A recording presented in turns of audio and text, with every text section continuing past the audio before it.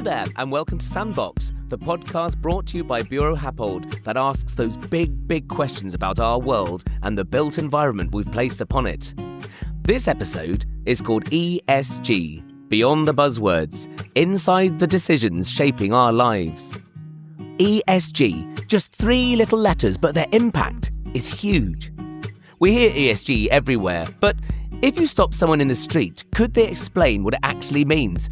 I'll be honest, panel and listeners, until I started doing research for this podcast, I was that person in the street. And yet, even though we may not know what it is, it impacts all of us. Luckily, we have a panel of Buro Happold's finest experts for this episode to take a deep dive into ESG, or environmental, social and governance. We'll be looking at what it is, why it exists, why we need it, do we need it, its past, its challenges and its future. And what are its impacts on the world? How does it affect us all, from the biggest corporations to those aforementioned people on the street? Indeed, what does ESG mean for the very future of planet Earth?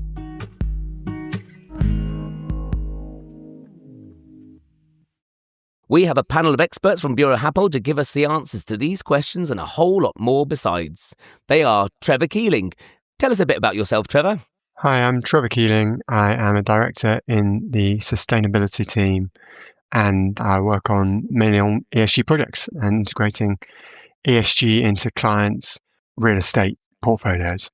Fantastic. Thank you for joining the panel. And next up we have Bianca Latini. Tell us about yourself, Bianca. Hi everyone, my name is Bianca Laura Latini. I'm an associate director in our sustainability and physics team, and I lead the social impact team. And so I particularly specialize in the intersection of ESG and delivering social outcomes for communities and for clients. Thank you. Welcome to the panel. And last but by no means least, of course, we have Richard Twinn. Tell us about yourself, Richard. Hi, I'm Richard Twinn. I'm an associate director in the sustainability team in London at Buro Happold. I mainly work with real estate investors, developers and owners on ESG strategies, that's ESG frameworks, but also climate transition plans, carbon accounting and climate resilience kinds of issues, trying to embed strategies into real estate developments and portfolios. Nice. Well, thank you and welcome to the panel, Richard. Welcome all of you. So let's get stuck in, shall we? And let's do a bit of scene setting to start with. Basically, what is ESG? Can you summarise it for me? I'll go to Bianca first. Could you tell us a bit about ESG and what it's all about?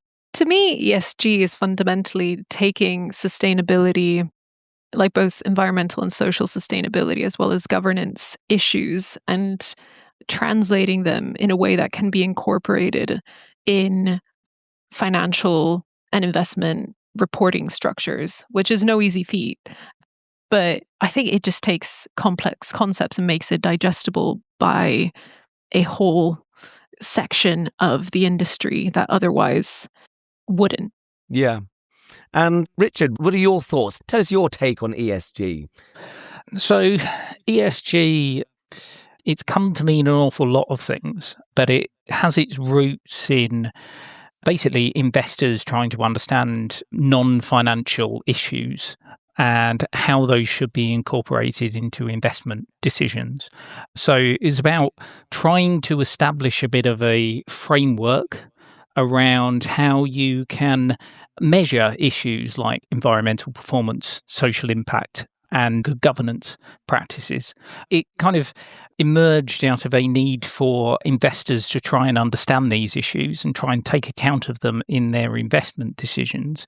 And we've had a set of reporting frameworks and ratings agencies and regulations which have grown up around that in order to try and bring a bit more clarity and consistency to how you should be measuring all of those different things. Brilliant, thank you. And Trevor, I mean, is ESG, is it just a reporting framework or is it more of a mindset shift? What's your take? Well, it depends who your client is really and what they think. And yeah, there's a way to do it that is a box ticking exercise. And for some people, that's all they want to do. But it's about integrating sustainability and environmental and social and governance factors into every decision that's made by every person in a company. And sometimes those factors will influence a decision only a very tiny amount, and sometimes it will be critical point in a decision. What I'd like to do when I work with a client is to really change the way people think when they make decisions in their business lives.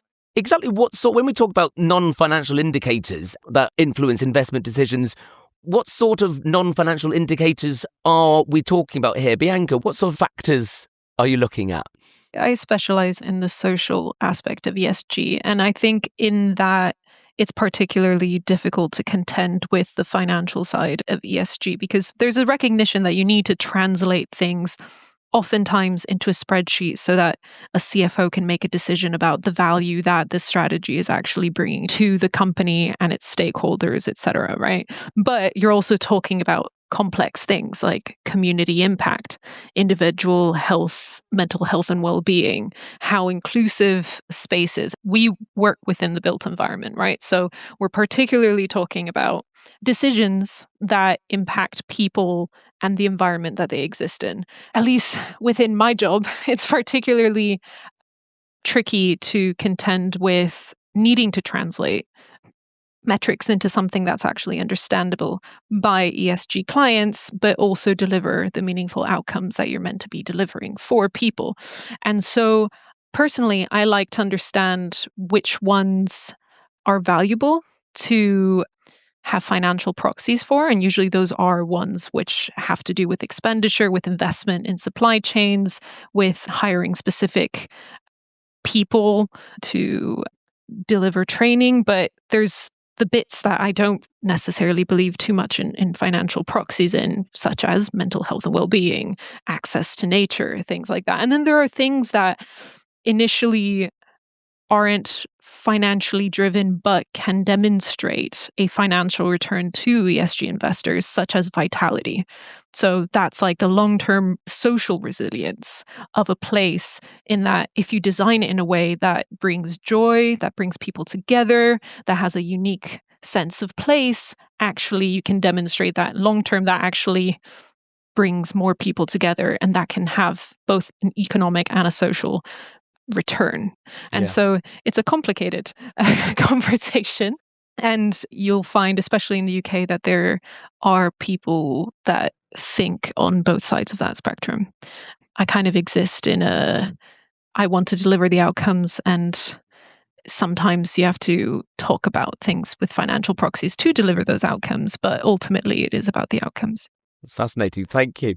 Richard, we chatted about this last week. You were giving me some of the background as to how ESG came into being, and so basically, can you give us a little potted history of ESG? How long has it been about? Why did it come about? Good question.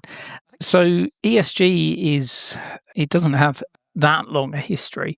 It emerged out of the old CSR agenda, the old corporate social responsibility agenda, which was all about businesses trying to do more good.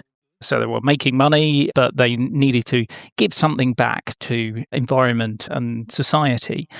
The problem with the CSR agenda was it was very difficult to understand how well everyone was doing. Is a particular investment in a renewable energy development, is that proportional to the kind of environmental impacts that a business was having? It was all just a bit finger in the air, should we say. So ESG, was first coined it was a UN Global Compact report called Who Cares Wins back in 2004, which basically tried to set out how non-financial indicators and issues could be integrated into investment decisions. So it coined ESG as a way of saying, okay, there are these environmental, social, and governance issues, which is a broad range of things, through from climate, biodiversity, social impact, community engagement, human rights, digital security, all of these things.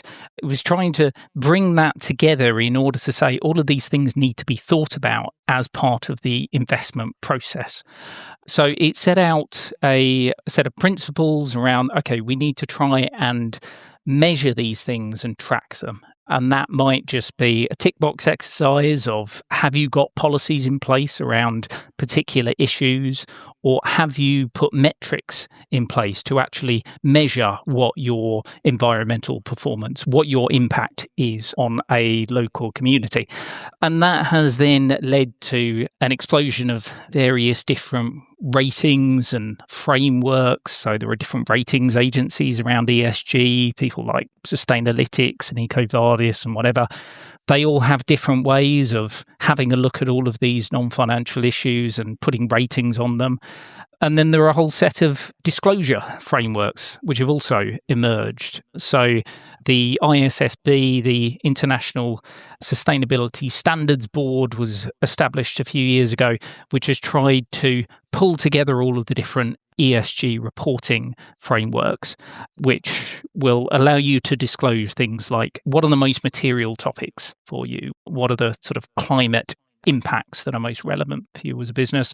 And a lot of those standards are then getting integrated increasingly into regulation as well. So businesses increasingly being required to report against some of these ESG frameworks as part of their annual reporting.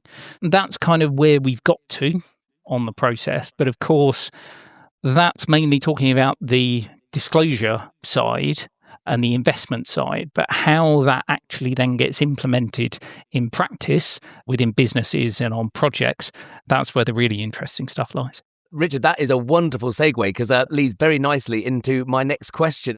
Thank you all for giving me a fantastic background and insight into ESG. But to follow on from Richard's point, I'd like to know now what it's actually like on the ground. If I were to walk into one of your projects tomorrow, what would ESG look like in action? So, Trevor, I'm going to go to you first.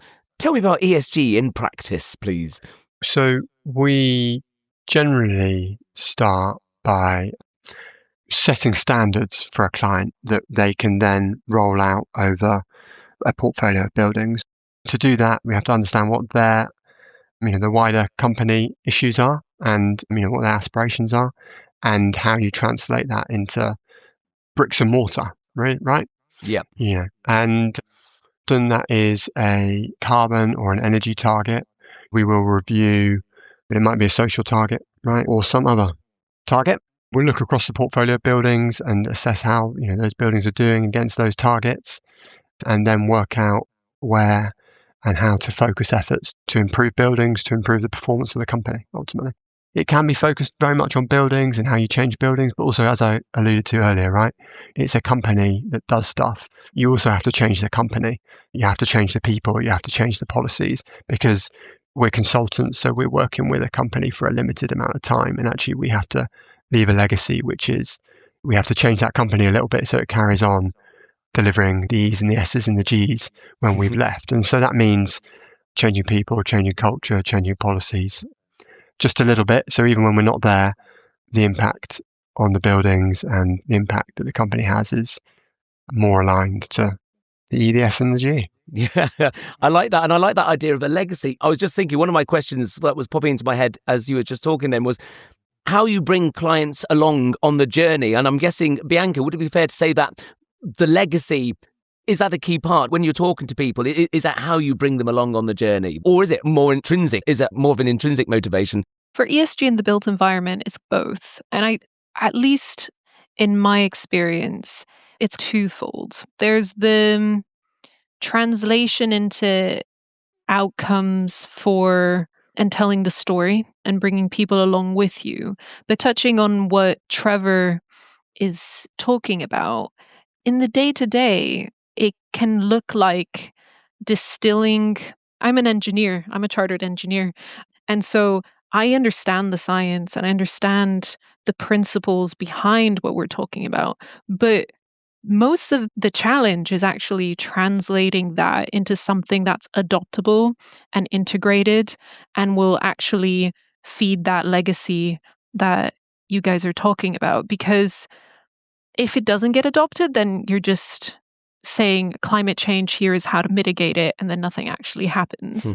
But if you actually manage to embed it in everything from design standards to contractor procurement preliminaries, or external client-facing statements of this is what we believe in and then this is how we're going to deliver it, feeding into each of those steps so that it's translated and adopted across the stakeholder chain of the built environment. That's like most of the challenge.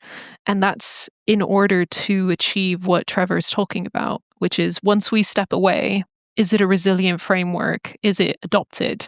Is it something that becomes the new normal for that organization so that they can live on without us, and where everyone knows what their role is, what agency they have, and actually delivers the changes that we set out to change in the first place. My proudest moment, possibly, on one of my projects was when one of the client team came to me and said, we're thinking about buying a building. We've done some preliminary negotiations with the vendor, and we've negotiated them to have fossil fuel free, BREEAM outstanding, and like 500 kilowatt peak of solar panels on the roof.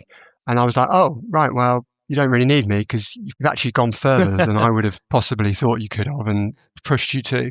I was like, right, brilliant, okay. I must have had an effect somewhere.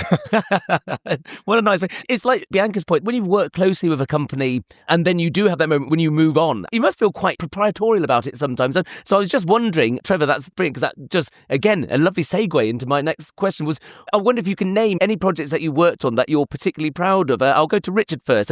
Can you think of something you've worked on when you think, yes, that's a good legacy right there?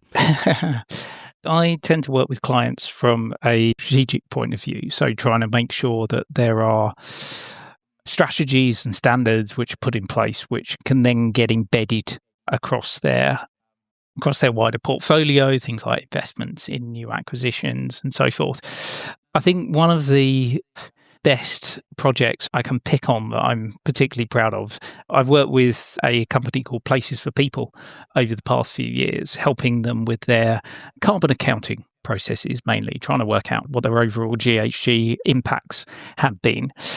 And that has been quite a slow process because it's quite a large organisation. They do lots of things through from social housing through to leisure centres, through to investment management, property management, things like this. And so it's been starting with data collection and very simple processes. But at the beginning of this year, I've started talking to them about what next steps would look like on developing targets and developing a strategy, to which they turned around and said, oh yeah, so we've agreed with our board that we're going to put in place a climate transition plan in the next 2 years, taking into account all of the GHG emissions, but also looking at climate resilience, greenhouse gas emissions, technical term for carbon emissions there. So they were talking about going quite a lot further than I had been anticipating, because we were initially just talking about carbon reduction targets, but they wanted to actually look at a corporate-wide strategy which really looked at what were the risks and opportunities associated with the net zero transition, and then integrate that into their business planning.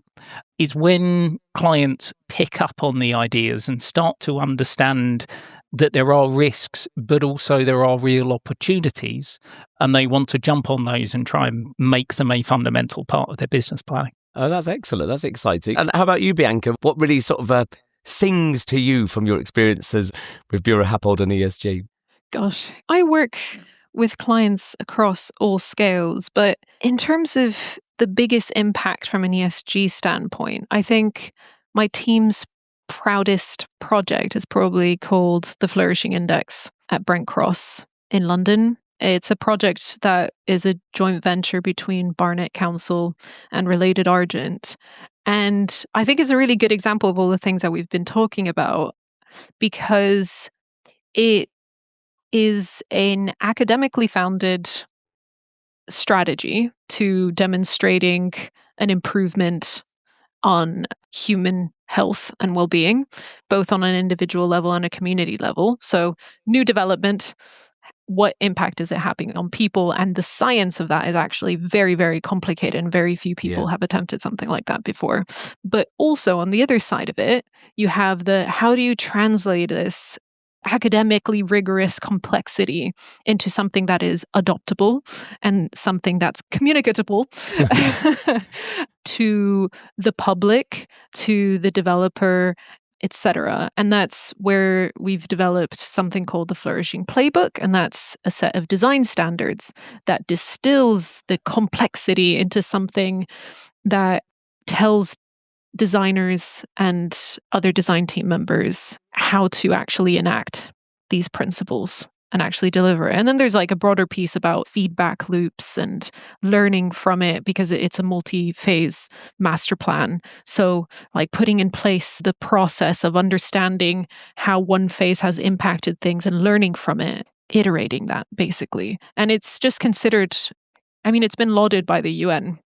So we're very proud of it, but we recognize that you can't take this approach on all projects, but I think it's an excellent example of how you can do something really, really well that we're definitely very proud of. That's fantastic. So that's something that when you say we developed this, as in you with Buro Happold have developed the Flourishing Playbook. Oh, that's fantastic. Yeah. Excellent. Yeah. Congratulations. So my colleague, Jamie Anderson, and like one of the important parts of these is that it's collaborative. So my colleague Jamie Anderson has one foot in Buro Happold and one foot at the University of Manchester. And that way we've managed to have the latest academic rigor applied to an ESG project. Definitely very proud of that one.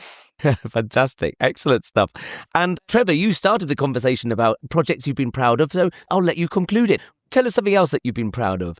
Well, it's got to be Aviva Investors, hasn't it? Because I was seconded for 3 years there, so over 3 years. I started off developing the sustainable design standards for Aviva Investors, and that led to the integration of neighbours and neighbours' energy performance requirements into their development portfolio. And we wrote contractor prelims that Bianca mentioned, that sort of thing, and kind of looked across the whole of their development life cycle from the first stages of the design to the handover and first months of operations of their building, and worked out how you could integrate environmental and social factors into that, basically, and wrote the design standards, but also the policies that support that.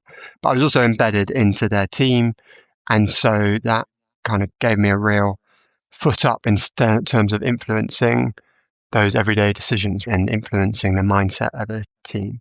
Yeah. And over time, it grew from just looking at developments to looking at the operation of all their real estate assets. They own about, depends how you measure it, but maybe 400 buildings, but possibly thousands of them. Anyway, working out how you sprinkle some environmental and social fairy dust across 400 buildings in a way that creates meaningful change and doesn't spread yourself too thin. So that led to buildings being retrofitted fossil fuel free, retrofitted to EPC-A standard, energy performance certificate. So that's the highest level of energy performance, energy efficiency a building can have. Although, of course, there is some debate. Some of my colleagues will debate about the value of EPC. I can see Bianca already thinking deeply about it. I'm personally a lover of EPCs, and we can have another podcast about the value of EPCs. Yes, so some buildings being retrofitted and refurbished to EPC-A, some buildings being retrofitted and refurbished to fossil fuel free, having various things designed into them like EV, PV, and all the rest of it, so that they can slowly tread their path to net zero, right? Yeah. Fantastic. Excellent stuff. Richard, we've been talking a lot about the investors and the businesses so far. We have touched upon the individual, but how does ESG affect everyday people, be it tenants, employees, communities? Can you tell us a little bit about that, please? There are potentially any number of ways which it can be impacting on individual people and tenants and communities. What's particularly important from an ESG point of view is what was called a materiality process, and going through a process of trying to understand for you as a business what is most material in terms of the ESG topics that are out there, so that you can really focus your effort. And there's a concept called double materiality. which has gained momentum in the past few years. It's around trying to establish both what are the most important issues that will have a financial impact on you as a business, but also about looking at where you as a business have the biggest outward impact on environment and society. So by taking a double materiality process, you can then start to identify, well, where can you as a business have the biggest positive impact from an external point of view. So this might be really simple things from a real estate perspective of tenants can have lower energy bills, they can work in more comfortable environments. And that can then also feed back into your financial performance as well, because if you're a landlord that's offering a nicer space, it's likely to have shorter void periods, it's likely to have higher rental yields. So by actively looking at who your stakeholders are and trying to understand what it is they can actually benefit from and how you can help them, that can then have a positive feedback loop in terms of how your business is then positioning itself in the market and how you are then getting the best out of your relationship with your stakeholders and your customers. Fantastic. Thank you. Bianca, I mean, obviously the social side is something that you're very involved in. So how do you measure something like social value? Does the Flourishing Playbook have any bearing there, or how do you do it? At Braincross, we have the Flourishing Playbook, which are like the design interventions, but the Flourishing Index is how we measure social and community well-being on the project. But it is a project that takes it to the next level in that it is a multi-methods approach. It's a longitudinal study.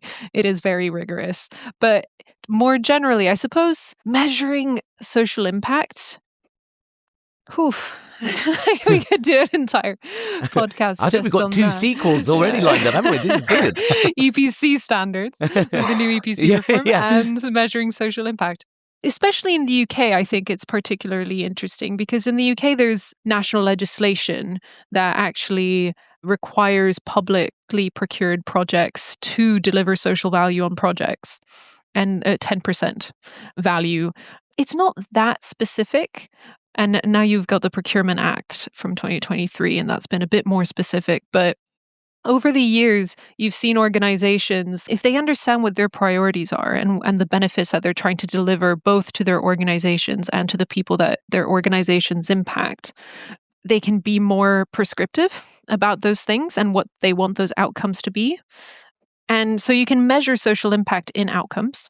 You kind of work backwards from that. We call it kind of theory of change. Your starting point is, what are you trying to achieve? Who are you trying to impact? And then you work backwards from that in how are those things impacted? What do we have agency over and what can we do? It's a really complicated thing, but it can be something as simple as a number of people from a local school that you've engaged with to something as complex as some aspects of the Flourishing Index, which is looking at various variables and determining from that what the impact of that development is having on their mental well-being. Yeah. So the measurement is in the way that it should. It is proportional. But I think it's really important because things like, for example, nighttime safety. That's something that's talked about a lot, especially for like women walking around at night. And someone could argue that if you measure the amount of light that you're providing at night, that you're delivering a safe space for women at night. Whereas my argument is actually you kind of need to talk to those people that are walking at night and understand whether they still feel safe, because if there's no one around, you still don't feel safe. It doesn't matter how much light there is. And so it's about also measuring the right things to deliver the outcomes that you're trying to achieve. Fascinating. Thank you very much. Thank you. I'd like to move now on to something of a biggie. And I know that when we had our pre-podcast chat, this is a topic that we all dwelt on quite a bit. But the challenges around ESG, what are the biggest practical challenges that companies face when delivering, implementing and maintaining ESG? I'll go to Trevor first. Yeah. Can you talk around that for us? Right. There's some technical challenges, which is How do you put your heat pump in? Have you got enough space on the roof? What are the riser sizes? Have you got enough electrical capacity? Are you ever going to put in external insulation on the walls, or actually is that too much fuss and too costly and you'll never achieve a payback? Is that actually likely to happen? So those are the technical challenges around carbon. And then you run headlong into the brick wall that is the construction industry. And nice pun. It's just tricky, isn't it? If you're trying to do something in construction, you've got a contractor that's basically just cover for like a huge supply chain, and turning around that supply chain is turning around a oil tanker in the ocean. And if it's an operational building, again, you've got like layers of stakeholders, right? You could talk to a client, but they've got a 5-year contract with a property manager who, has been doing the same thing. Is being pushed to like deliver a service for as low cost as possible. Tenants, you've got all the people working on it with the tenants as well.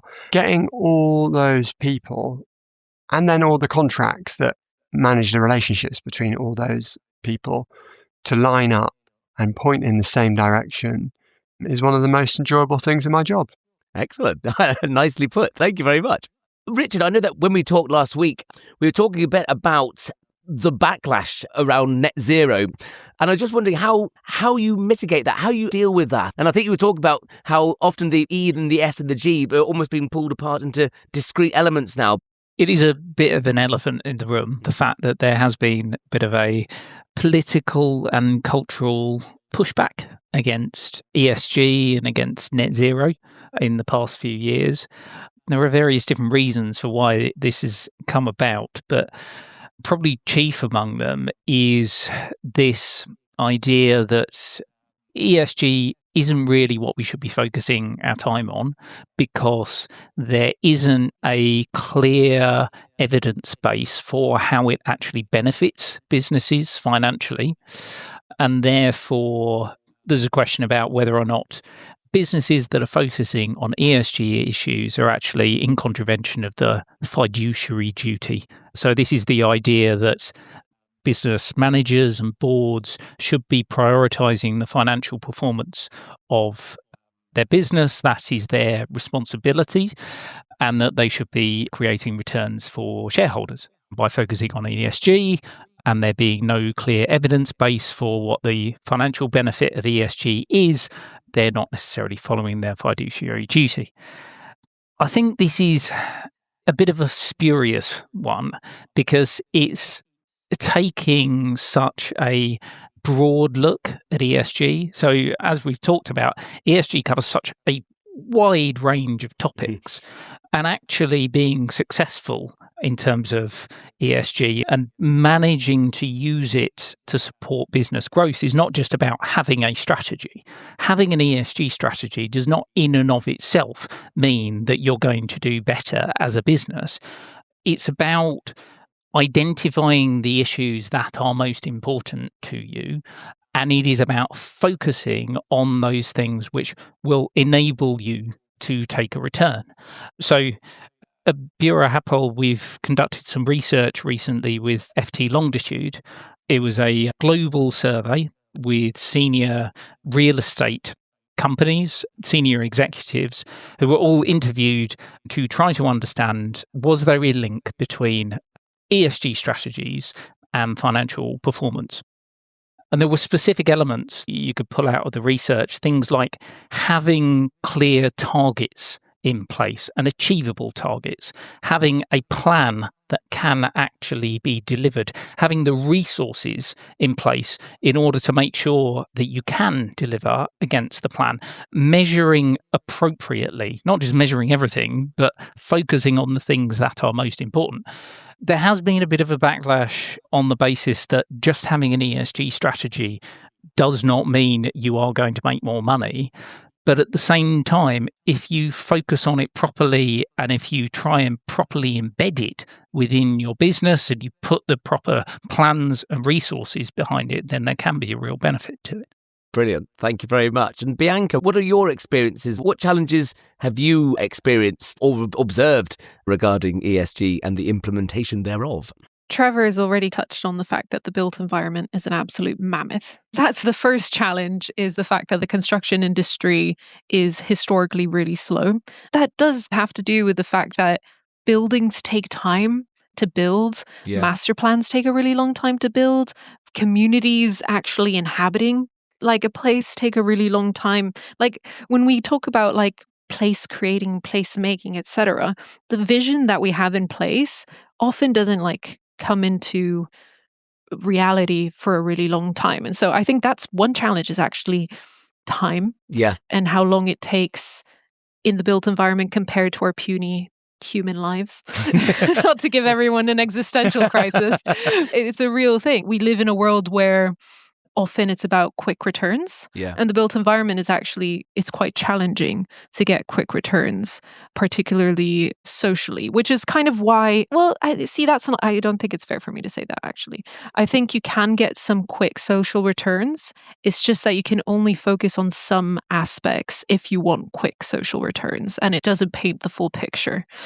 And so if you want the full picture, the kind of picture that actually does deliver long-term resilience and vibrant, vital places, then you need to think a bit more longer term. And I suppose that kind of brings me to another challenge, which is in the built environment and in ESG, you get different kinds of developers. So you get ones that, develop and then sell on what they've developed. And then you get ones that have a long-term stake because they're building it and then they're renting it, or their presence is continued after what we call practical completion. And I think it's more difficult with the former to make meaningful change. But not to say that you can't do a lot, it's just the argument is a lot stronger when you're talking about the longer term. And then I suppose challenge is always like also political cycles, especially in the UK. Best practice standards and how we approach things are influenced by the complex economic and political environment.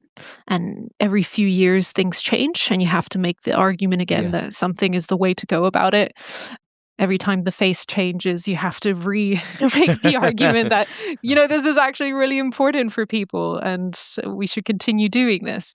The built environment is at the mercy of everything nationally. And so inherently, when we're trying to influence the built environment with something as fundamental as sustainability, then you have to contend with all of those. That multifaceted environment. That's fascinating. You talk about being at the mercy of time. So what we're going to do now is we're going to take back the power. We're going to become the masters of time. And so what we're going to do now is we're going to don our silver flight suits and travel forward in time. What I'm going to ask now is, what changes would you like to see with ESG over, let's say, in 20 years' time? What's the ESG you'd like to see? And how does that compare with the current direction of travel? I will go to Bianca. I'll go to you first. Tell me how you see the future of ESG. What I would love to see is, and Rich touched on this, we're starting to create evidence bases for the financial benefits of considering things like climate adaptation, climate change mitigation, climate resilience. I'd love to see also social impact resilience. I think often the social side of sustainability, people just assume that everything's going to be okay, but actually many aspects of social sustainability are some of the highest at risk in the next few decades. And if we can influence that, then that's great. But I think creating that evidence base to demonstrate that actually considering these things is the resilient thing to do, is the no-brainer thing to do. I mean, that's where I would love to see ESG going, because we know it as practitioners. It's just that creating that evidence base, again, because the built environment is a mammoth and creating those evidence bases takes time.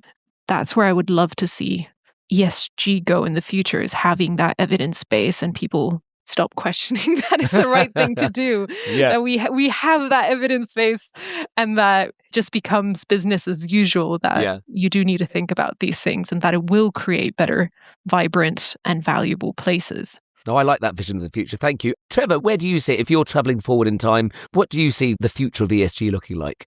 I've always thought that at some point, go back to Richard's point, right, that companies don't see climate catastrophe as material to their financial performance.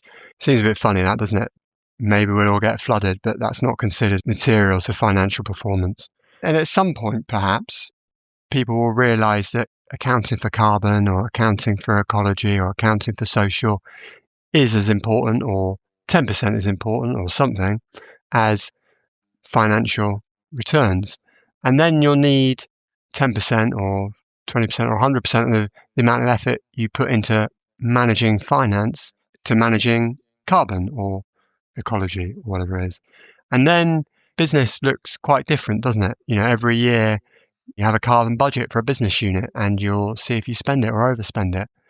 You agglomerate those statistics throughout the business and get it signed off by the board, which does happen to a certain degree. But I guess, in the future, you do that more accurately and more rigorously. And it become more and more important because the management of resources, the management of carbon, the management of environmental and social impact becomes more and more material to business performance. Brilliant. Thank you, Trevor. And Richard, over to you for your vision of the future for ESG. What would the future look like? Obviously, in 20 years' time, we'll have virtually solved the climate crisis. That will be one thing we can tick off the list. That's good news. Thank you, Richard. But I think I would quite like to see a future where we do shift away from ESG as this broad agenda and actually recognise that there are lots of really important issues that sit within this. Because you are talking about everything through from climate resilience to biodiversity to social impact, to community engagement, through to corruption and business management.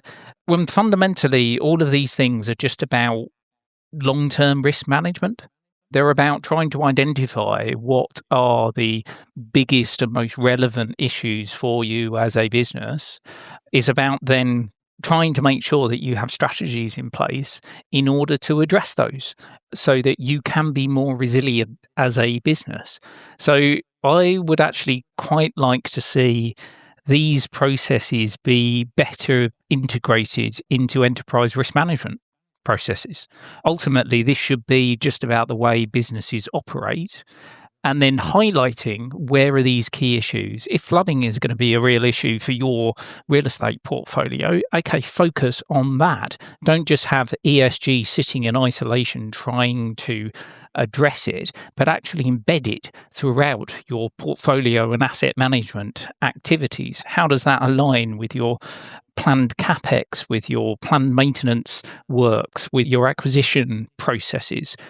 I think it's about embedding, and I would not be too disappointed to see the end of ESG as an issue trying to push all of these very disparate issues in together, but rather trying to make sure that the things that are actually most important, that are most material, are actually properly embedded in the way that a business operates and its ongoing strategies. Brilliant. Thank you very much. So there we have it. Today we've unpacked 3 little letters that carry a lot of weight. ESG isn't just a reporting framework or a compliance exercise. It's increasingly shaping how we design, build and manage the spaces where life happens. From carbon and climate resilience to social value and governance, it's about investors, communities and the individual. It's about the air we breathe, the energy we use, the communities we're part of, and the way organisations take responsibility for their impact. What struck me is that ESG in the built environment isn't about perfection. It's about progress. It's about asking better questions at the start of a project, making more informed decisions along the way, and being transparent about the impact we have. And perhaps, most importantly, it's about recognising that buildings don't just house activity, they shape lives. In the built environment, every project leaves a legacy. The real question isn't whether ESG matters, it's what kind of legacy we want to leave. If the direction of travel is clear, then the opportunity is too. To build not just efficiently, but thoughtfully. Not just sustainably, but responsibly.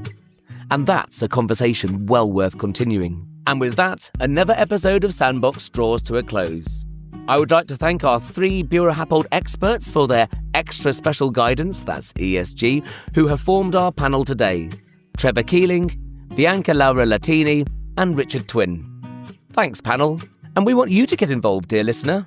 Join the conversation by using the hashtag #BHSandbox on social media.